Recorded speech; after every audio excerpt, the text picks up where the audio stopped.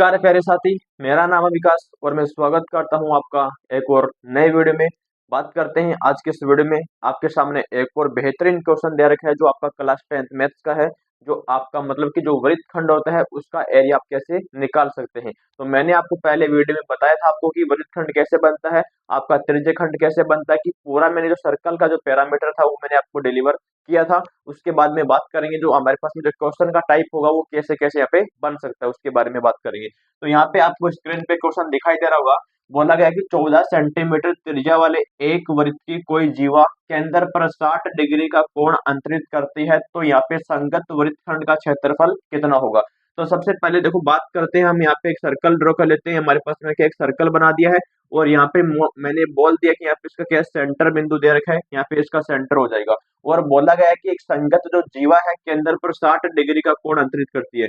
तो मैंने यहाँ पे आपके सामने बना दिया कि एक संगत क्या है, इसकी संगत क्या है, जीवा बना दी और केंद्र पे 60 डिग्री का कोण अंतरित करती है। मतलब इस वाले पॉइंट को अगर मैं यहाँ से मिला दूं और इस वाले पॉइंट को मैं यहाँ से मिला दूं, तो यहाँ पे सेंटर पे जो कोण बना हुआ है वो कितना डिग्री का है, 60 डिग्री का कोण यहाँ पे बना रखा है। तो आपको यहाँ पे बताना है कि हमारे पास में क्या बनेगा, कि ये वृत्त खंड बना गया उसका एरिया कैसे निकालेंगे। मतलब ये वाला भाग होता है, इसको बोलते हैं, इसका संगत वृत्त खंड बोलते हैं। ये तो लघु होता है और ये बड़ा हो जाता है दीर्घ। तो इसका एरिया में निकालना है। उसके लिए हम देखो क्या करेंगे, हमारे पास में त्रिज्य खंड बना हुआ है, उसके क्षेत्रफल में से त्रिभुज का क्षेत्रफल यहाँ पे माइनस कर देंगे, तो हमारे पास में वृत्त खंड का क्षेत्रफल निकल जाएगा। और ये हमारे सामने जो त्रिज्या दे रखी है वो कितना है, 14 सेंटीमीटर यहाँ पे दे रखा त्रिज्या है वो, तो यहाँ पे हम इसको बना सकते हैं। अभी इसका जो हमारे पास में सूत्र होगा वो आपको सूत्र आपको ध्यान में होना चाहिए कि जब आपका वृत्त खंड का जो आप एरिया निकालते हैं तो वो आप कैसे निकालेंगे, मतलब कि जो वृत्त खंड का जो क्षेत्रफल का सूत्र होता है वो आप कैसे निकालेंगे। मतलब मैंने लिखा कि वृत्त खंड का जो क्षेत्रफल होगा उसका जो एरिया आप लोग निकालेंगे तो वो आएगा यहाँ पे कि थीटा बटा 360 आएगा। मतलब जो आपका त्रिज्य खंड का क्षेत्रफल होगा उसके अंदर से आपको माइनस करना होगा कि इसको 1/2 यहाँ पे होगा आर स्क्वायर साइन थीटा को माइनस कर देंगे।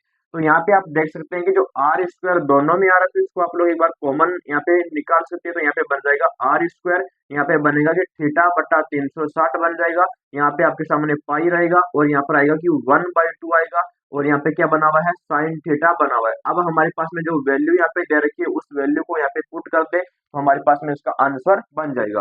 क्योंकि हमारे पास में देखो आर स्क्वायर का वैल्यू दे रखा है कि 14 हो जाएगा, यानी इसका 14 गुणा 14 बना देंगे यहाँ पे, तो ये ऐसा बन जाएगा। यहाँ पे देखो थीटा का वैल्यू है 60 डिग्री का कोण अंतरित करता है, यहाँ पर आएगा कि 60 आएगा और बट्टे में यहाँ पर लगा दो 360 डिग्री।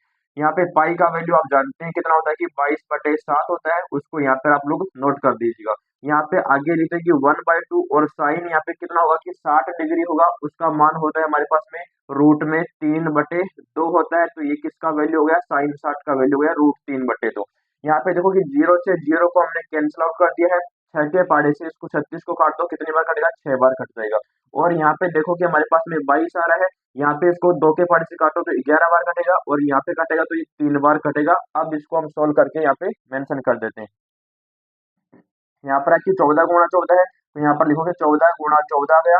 और यहाँ पे देखो कि ऊपर क्या बचा है, ऊपर बचा कि 11 बचा, तो यहाँ पर आप लोग लिख दो 11 बच गया। यहाँ पे लिख दो उसको, 7 को 3 से गुणा कर दो, 7 3 कितना होता है, 21 होता है। माइनस का यहाँ पर आएगा कि रूट में 3 आएगा और बट्टे में यहाँ पर क्या बन जाएगा कि 4 यहाँ पे बन जाएगा।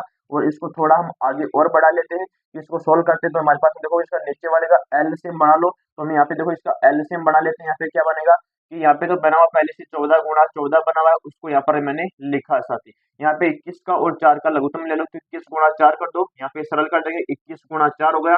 यहाँ पे 21 का इसमें डिवाइड कर दो तो यहाँ पर क्या आएगा कि 11 को 4 से मल्टीप्लाई कर दो तो यहाँ पर आएगा 44 आएगा। और माइनस का देखो 4 कैंसिल आउट होगा, तो यहाँ पर क्या बचा है, 21 बचा हुआ। यहाँ पे लिख दो कि 21√3 यहाँ पे बचेगा, उसको हमने यहाँ पर लिखा। अब देखो आपके सामने जो कटने वाला वैल्यू है उसको यहाँ पे आप लोग काट दीजिएगा।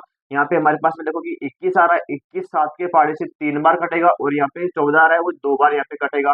यहाँ पे 2 आ रहा है वो इतने के पहाड़े से कटेगा, 2 बार कट जाएगा। और यहाँ पे देखो हमारे पास में फिर से 2 आ रहा है, ये 2 हमारे पास में इस 14 से कटेगा, कितनी बार, 7 बार यहाँ पे कट जाएगा। तो अभी हमारे सामने जो आंसर बना कि 7 को अंदर मल्टीप्लाई कर देंगे तो क्या आएगा, 7 चौक 28 हो जाएगा। यहाँ पर 8 आएगा, असल का 2 बचेगा, 28 और 2 फिर क्या हो गया, 30 हो गया, यानी 308 आएगा। और माइनस 21 को 7 से गुणा करेंगे तो क्या आएगा, 21 7 147 होता है। यहाँ पे रूट में 3 बना हुआ है और बट्टे में आपके सामने क्या है, 3, यहाँ पे 3 बचा है। तो यहाँ पे नीचे आप नोट कर दो कि 3 आएगा और यही हमारे पास में क्या हुआ है, इसका करेक्ट आंसर होगा। जो सेंटीमीटर में दिया रखा है तो इसको बना दीजिएगा कि सेंटीमीटर स्क्वायर इसका जो एरिया हमारे पास में बन जाएगा। और यही क्या होता है, इस वृत्तखंड का क्षेत्रफल होता है। अगर यहाँ पे √3 का वैल्यू आपको दिया हुआ हो तो उसको सोल्व करके आप उसको आगे भी चेक कर सकते हैं। तो इस प्रकार से साथी आप लोग वृत्तखंड का जो एरिया होता है उसको कैलकुलेट कर सकते हैं। उम्मीद करता हूँ आपको समझ में आया होगा। क्वेश्चन बेहतरीन था, वो आप तक मैंने पहुंचाया है। तो आपको कैसा लगा कमेंट बॉक्स में आपको जरूर बताना है। Thank you so much, love you all, जय हिंद।